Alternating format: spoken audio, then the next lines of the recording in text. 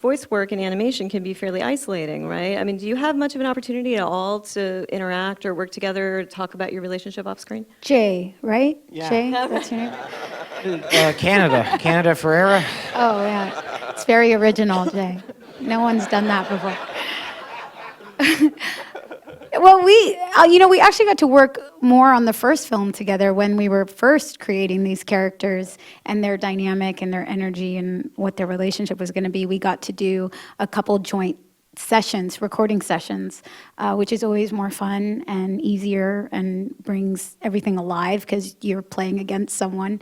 But this time around, we only had one scene that we shot together. We only had one recording. Yeah, I'm very confused about the reality animation part of it. And it's the one where they're imitating each other, going over the discussion that happened that morning with Stoic. So actually it was really nice because they could step on each other's lines and it felt very playful.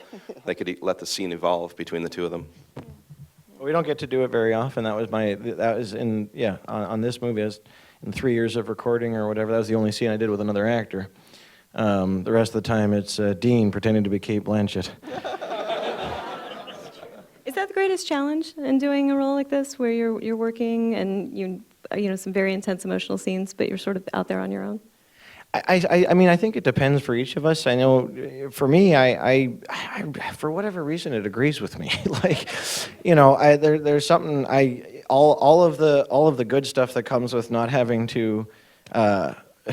Wear makeup and wear other people's clothes and be in front of lights for 14 hours and all this stuff. There's it has all that's the stuff I focus on. And there's something really neat when you're robbed of all the rest of this business. If you're someone like me, this whole thing is a crutch. Everything is flailing my arms about. And there's something really nice about only having your voice and making it pure and concentrated and kind of distilling whatever the beat that you're meant to be doing just through your voice. I adore it.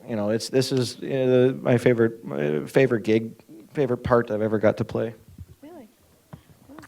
I feel very challenged by it. I had very little voice acting experience before Astrid, and I would say that my biggest tool in this whole experience has been Dean, because he's holding the space of these films for years. While, Jay probably records more than any of us, but for some of the side characters, I'll come in and record, and then 3 months later come back in and record again. And so it's really the onus is on Dean to drop us back into that world and really, sometimes they'll have things to show us, a little animated part of well, here's what you're doing in this moment. But most of the time, he's just explaining it. You're on this tree, and then you fall a little bit, and then we pan down, and so we have to use our imagination. But it's really, for me, Dean has been the rock of keeping me grounded in the world when I have to go away and come back 3 months later and fall back into that world.